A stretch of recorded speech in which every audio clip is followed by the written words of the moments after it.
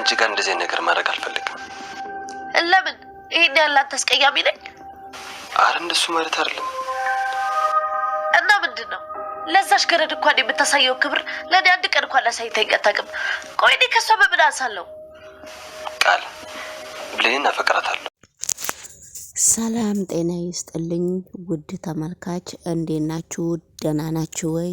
ዛሬም አደራ ድራማ ክፍል 22ን ይዤላችሁ መጥቻለሁ።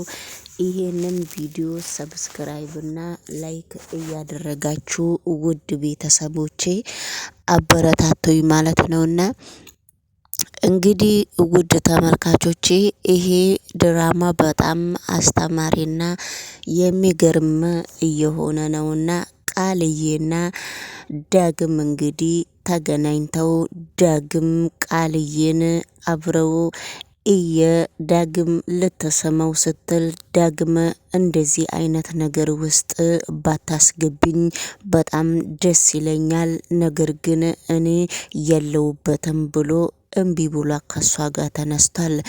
ዳግም እንዴት እንደዚህ ታረገኛለህ?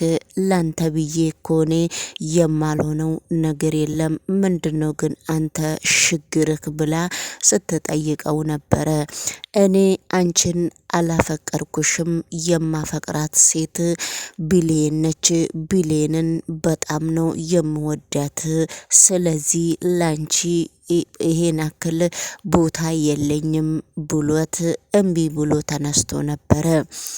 ነገር ግን እሷ ቃልዬ በጣም ካሁን በፊትም አንተ ለምንድነው ስለሷ የምታወራው?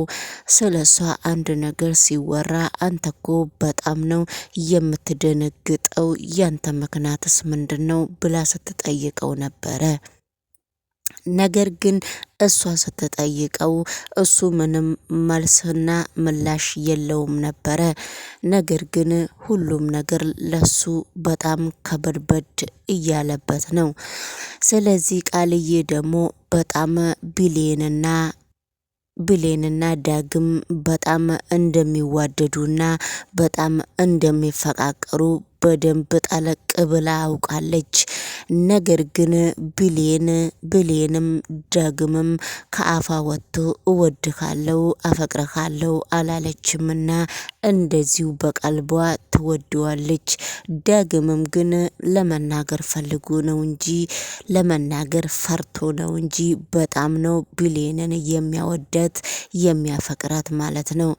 በመካከሉ ቃልዬ በጣም የቅናት መንፈስ ስላለባት ሰራተኛ ሆና እንዴት ዳግም ያፈቅራታል፣ እሷ እንዴት ዳግም ያገባታል በማለት በጣም ቅናት ገብቷት እኛ ቤት የምትሰራ ሰራተኛ እንዴት ጥሩ ነገር ታገኛለች በማለት ቅጥል ብላለች።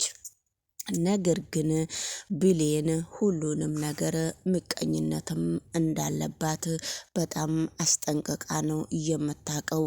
ዳግም ግን ለቃልዬ ቦታ እንደማይሰጣትም አስጠንቅቃ ታውቃለች። በግድ ፍቅር እየሸተታትም እንደሆነ አስጠንቅቃ ታውቃለች። በዳግም የሚመጣ ሰው በደንብ ሁሉንም ነገር ታውቃለች ማለት ነው ብሌን። እነሱ ቤት ውስጥ ቁጭ ብሎ በጣም ብዙ ነገሮችን እምቢ ያላት ሲነጋገሩ እሷ ሌላ በር ላይ ቁጭ ብላ እዛው አንድ ግቢ ተጠብቀው ነበረ። እንግዲህ ሲቆዩ እኔ ባዶ ቤት ብቻዬን ምን አደርጋለሁ ብላ ውጪ ቆማ ስትጠብቀው እንግዲህ እቺ የተረገመች ቃልዬ ከሱ ቤት ስትወጣ ነበረ። ወይ ብሌን ምንድነው ከዚህ ቆመሽ የምትጠብቂው? እኔና ዳግም ላይፋችን እየቀጨን ነውና በስማም አንዳንድ ነገር ለመናገር ይደብረኛልና አንቺ ግን ብሌንዬ በጣም ስለምወድሽና በጣም ስለማከብርሽ አንዳንድ ነገር ላንቺ መናገር እፈልጋለሁ እና ምንድነው የምትዩ ብላ ስትጠይቃት ነበረ ብሌንን። ብሌን ምንም መልስም አልሰጠቻትምና ዝም ብላ ቆም ብላ እያዳመጣቻት ነበረ። የማይወራውን ነገር ሁሉ ልነግርሽ ነው። እንግዲህ ዛሬ ምንም ማድረግ አንችልም። እኔና ዳግም የማይደረገውን ነገር ክፍል ውስጥ አድርገን ነው የወጣ ነው። እኔና ዳግም ፍቅራችን ዛሬ በደንብ አርግተን ነው የተገላለጽ ነው። ስለዚህ እንግዲህ ግን አንዳንድ ጊዜ ስምሽን ሲጠራ ብሌን በጣም ምስኪን ልጅ ነችና ብሌን እኮ እኔ ስትጨናነቅ አልወድም።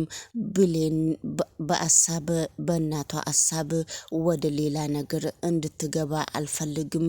በጣም ምርጥ ልጅ ነች እኮ እንደ እህቴ ነው የማያት ብሎ በጣም በደቂቃ አንቺን ሲያወራ ነበረ ብላ ስታስረዳት ነበረ።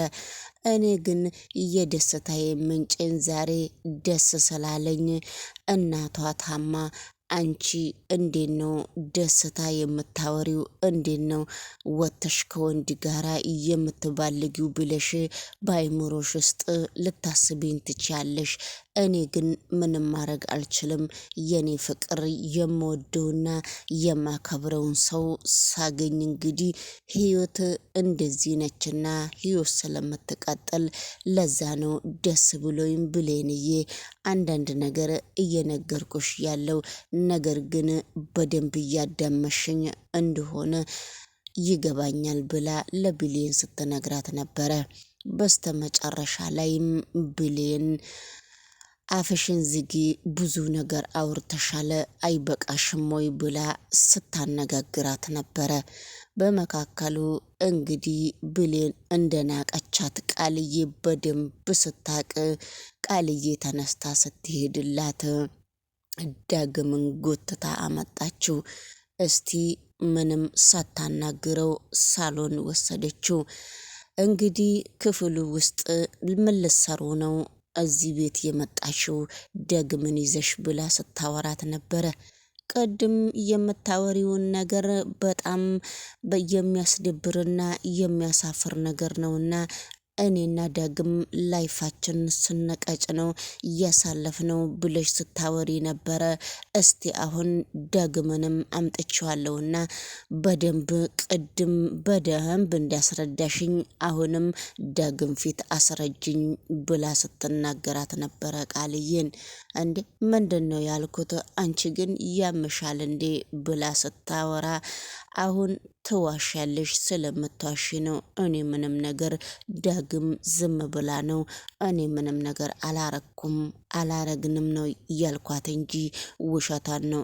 ዳግም ደግሞ አንቺ እኔና እሷን ለማጣላት ብዙ ነገር እየመኮርሽ ነውና የምትቀበጣጥሪውን ነገር ብታቆሚ አይሻልሽም ወይ ስላት አንተ ደግሞ ብላ እንዳታወረደኝ ብሌን ፊትም አዎ እንዲል ትፈልግ ነበረ። እንግዲህ ውድ ተመልካች ብሌን በጣም ታናዳለች። ብሌን እንግዲህ አንዳንድ ነገር አትናገርም እንጂ ብዙ የሚገባትና የምትረዳው አለ። እንግዲህ ዛሬም አንድ ጎረቤት መታ አቶ በኃይሉን ብሌን የሰላሜና ልጅ እንደሆነች ነው ካሁን በፊት ወይዘሮ አልማዝ በውሸት ብር ተከፍሏት ነው እንጂ እሷ እንግዲህ ወይዘሮ ብሌን የሰላምና ልጅ እንደሆነች ማንም ሰው ነው እያወራ ያለው። ገነት ላይም ስልክ ተደውሎ ለገነትም ተነግሯል ብሎ ዛሬ ደግሞ ለየት ያለ መርዶ ነው እንግዲህ በኃይሉ እየሰማ ያለው። በኃይሉ እንግዲህ በጣም ጫስ እያለ ነው። ደግሞ ይህንን ነገር ኬቱ ነው ያመጡት? ወዴት እንዴት ነው የት ነው እየሰሙት? በማለት እንግዲህ በኃይሉ በጣም እየጦዘ ነው በአሳብ ማለት ነው። ድሮንም ቃልዬና እሱ በብር ተጣልተው ነበረ። አሁን እንግዲህ ጭራሽ ቃልዬ ከሰላሜና እህት ውልቅልቅ ብላ እንድትወጣ አሁን ነው እንግዲህ። ውድ ቤተሰብ እንግዲህ ደና ቪዲዮም እኔም ሰርቼም እንዳመጣ እናንተም ቻናሌን ሰብስክራይብ እያረጋችሁ አበረታቱኝ ውድ ተመልካች። በተረፈ እንግዲህ ውድ ተመልካቾቼ እወዳችኋለሁ፣ አከብራችኋለሁ። ስለዚህ እንቅልፍም እያለኝ ነው።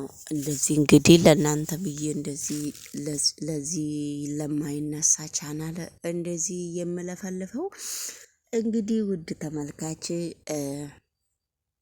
አደራ ድራማ ክፍል 22 አንዳንድ ጊዜ ጥሩ ስለ ትምህርት ጥሩ ነገሮች እያስተማሩ ነውና አንዳንድ ጊዜ ደግሞ የሚያደርጉት ክብር ለእናቶች ቢሰጥ ብዬም አስባለሁ። እንግዲህ አሁን በጣም ደስ የሚል ብሌንም የሰላምና ልጅ ሆና የአሰሪዋ እየሰራቻት ነው እንደ ሰራተኛ። እንግዲህ ገረድም ተብላ ተሰርባ እኔ የሰላምናን ልጅ ነኝ ብላ የምታስበው እንግዲህ በብሌን ቦታ ሆና እሷ ልትወጣ ነው። ብሌን ደግሞ የሰላምና ልጅ ሆነ ቁጭ ለማለት እየተሞከረ ነው። ላይክ አድርጉ ጋይስ። ኦኬ